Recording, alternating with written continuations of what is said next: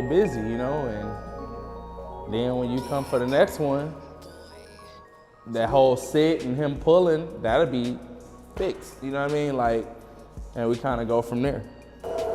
Come on, buddy. Come on.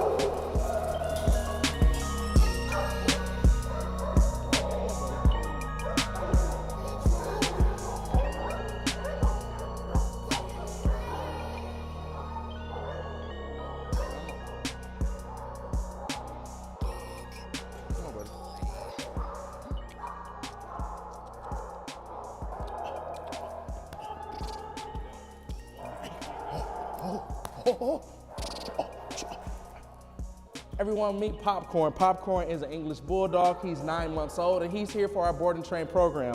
PopCorn has a couple issues his owner would like to work on. One is pulling. All of a sudden he's perfect, but he's a puller. Trust me, he is. He likes to jump on people. He's very energetic. We want to teach him how to place and basically be a well overall balanced dog for his owner.